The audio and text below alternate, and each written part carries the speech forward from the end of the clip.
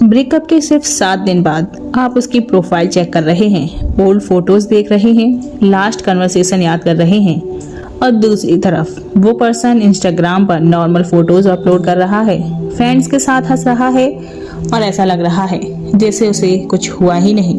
लेकिन एक सेकेंड, क्या इसका मतलब है कि उसे कभी प्यार था ही नहीं? क्या जो पर्सन ब्रेकअप के बाद जल्दी मूव ऑन करता हुआ दिखता है वो एक्चुअली हार्टलेस होता है, या फिर उसका ब्रेन ब्रेकअप को आपसे बिल्कुल डिफरेंट वे में प्रोसेस कर रहा होता है?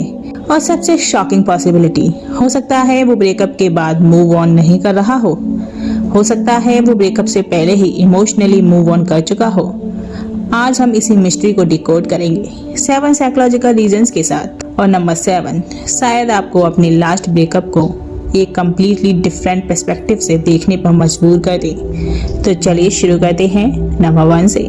सबसे पहले एक इम्पॉर्टेंट बात समझिए, ब्रेकअप टेक्निकली जिस दिन रिलेशनशिप एंड होता है उस दिन होता है, लेकिन इमोशनली जरूरी नहीं।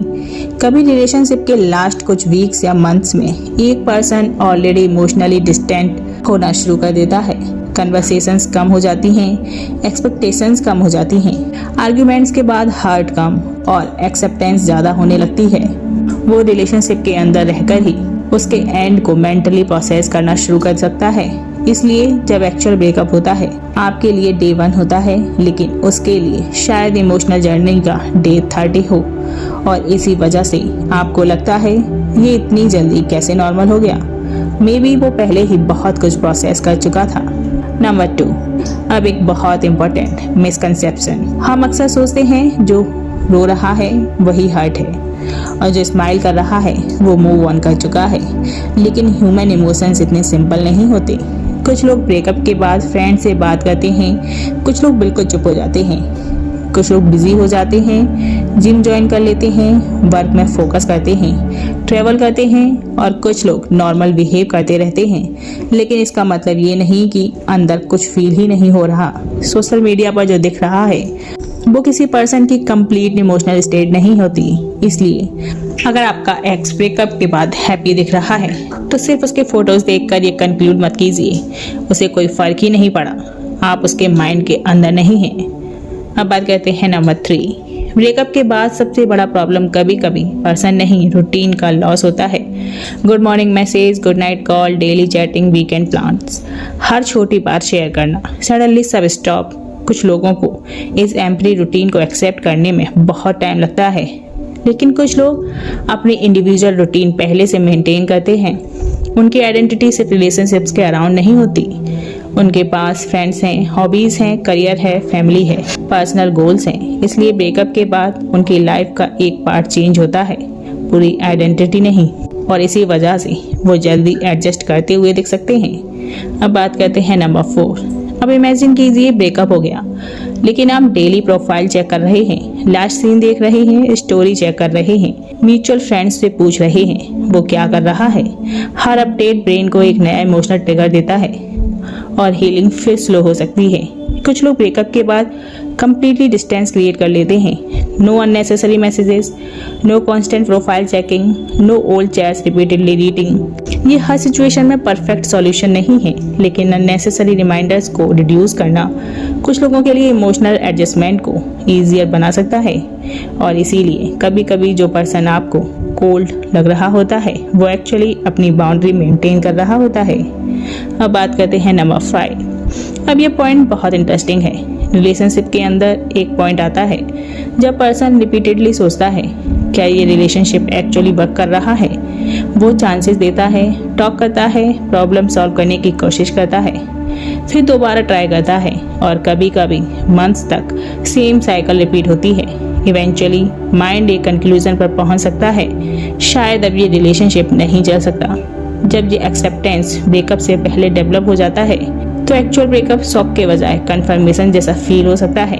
इसलिए जो पर्सन ब्रेकअप के बाद काम है, जरूरी नहीं कि उसे रिलेशनशिप की वैल्यू नहीं थी। हो सकता है उसने अपना रिलेशनशिप बचाने की कोशिश पहले ही बहुत बार कर ली हो। अब बात करते हैं नंबर 6। अब सबसे इम्पोर्टेंट, आपका एक्स ब्रेकअप के बाद स्माइल कर रहा है, फ्रेंड्स के साथ पार्टी कर रहा है, new cloth, new photos, normal routine, और आप सोच रहे हैं वाओ, इस पर्सन को बिल्कुल फर्क नहीं पड़ा। लेकिन एक पर्सन का आउटवर्ड बिहेवियर उसका इंटरनल इमोशनल स्टेट का परफेक्ट मेजरमेंट नहीं है। कुछ लोग पेन को प्राइवेट रखते हैं, वो किसी को नहीं बताते। रात को जब फोन साइलेंट होता है तब इमोशन सरफेस हो सकते हैं। इसलिए फास्ट लुकिंग रिकवरी यानी नो पेन और विजिबल सैडनेस यानी डीपेस्ट पेन। हर पर्सन का इमोशनल एक्सप्रेशन अलग होता है। और अब नंबर 7, सबसे इम्पोर्टेंट डिफरेंस। मूव ऑन का मतलब हम अक्सर समझते हैं उसे अब कोई फीलिंग्स नहीं है, लेकिन हीलिंग का मतलब ये जरूरी नहीं। कभी कभी आप किसी पर्सन को मिस कर सकते हैं और फिर भी आगे बढ़ने का डिसीजन ले सकते हैं। आप किसी को लव कर सकते हैं और फिर भी एक्सेप्ट कर सकते हैं ये रिलेशनशिप मेरे लिए हेल्दी नहीं था। आपको मेमोरीज याद आ सकती हैं और फिर भी उनके पास वापस ना जाने का डिसीजन ले सकते हैं। ये कॉन्ट्रडिक्शन नहीं, ये इमोशनल मैच्योरिटी हो सकती है। इसलिए अगर कोई ब्रेकअप के बाद लाइफ में आगे बढ़ रहा है तो इसका मतलब जरूरी नहीं कि उसने पास्ट को इरेज कर दिया। हो सकता है उसने पास्ट को एक्सेप्ट करना सीख लिया हो। एक जरूरी बात जो आपको याद रखनी चाहिए, अगर आप ब्रेकअप के बाद अपनी एक्स की लाइफ ऑब्जर्व कर रहे हैं कि वो कितने दिन में मूव ऑन हुआ, किसके साथ है, कितना हैप्पी है, क्या पोस्ट कर रहा है, तो एक पॉइंट पर खुद से पूछिए, मैं उसकी हीलिंग मेजर करके अपनी हीलिंग क्यों डिसाइड कर रहा हूँ। आपका टाइमलाइन उसका टाइमलाइन नहीं है। किसी को 2 वीक्स लग सकते हैं, किसी को 2 मंथ्स और किसी को मच लॉन्गर। और किसी का आउटवर्ड बिहेवियर उसकी एक्चुअल हीलिंग का एग्जैक्ट प्रूफ नहीं होता। कंपैरिजन हीलिंग को और डिफिकल्ट बना सकता है। आपको उसकी लाइफ डिकोड करने से ज़्यादा अपनी लाइफ रीबिल्ड करने पर फोकस करना चाहिए।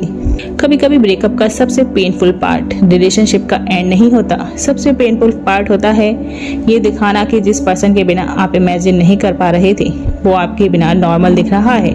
लेकिन याद रखिए, किसी का आपके बिना नॉर्मल दिखना आपकी वैल्यू का प्रूफ नहीं है और किसी का आपके बाद जल्दी आगे बढ़ जाना ये प्रूफ नहीं करता कि आपका रिलेशनशिप फेक था। हर पर्सन अपने इमोशंस को अपने तरीके से प्रोसेस करता है। आपको बस एक रेस जीतनी है अपने कल वाले वर्जन से, ना कि अपने एक्स से। अब एक ऑनेस्ट क्वेश्चन, ब्रेकअप के बाद आपके लिए सबसे डिफिकल्ट क्या था? Number 1 memories, number 2 no contact, number 3 loneliness, number 4 उनकी लाइफ को आगे बढ़ते देखना एंड नंबर 5 एक्सेप्ट करना कि रिलेशनशिप खत्म हो चुका है। कमेंट में सिर्फ उसका नंबर लिखिए। हो सकता है आपका कमेंट किसी और के लिए रियलाइज करवा दे कि वो अकेला नहीं है। अगर आपको ह्यूमन साइकोलॉजी, रिलेशनशिप और ह्यूमन बिहेवियर के हिडन पैटर्न समझना पसंद है तो ह्यूमन सीक्रेट्स को सब्सक्राइब जरूर करें, क्योंकि यहाँ हम सिर्फ ये नहीं पूछते लोग क्या करते हैं, हम ये समझने की कोशिश करते हैं लोग ऐसा करते क्यों हैं। मिलते हैं नेक्स्ट वीडियो में। जय हिंद।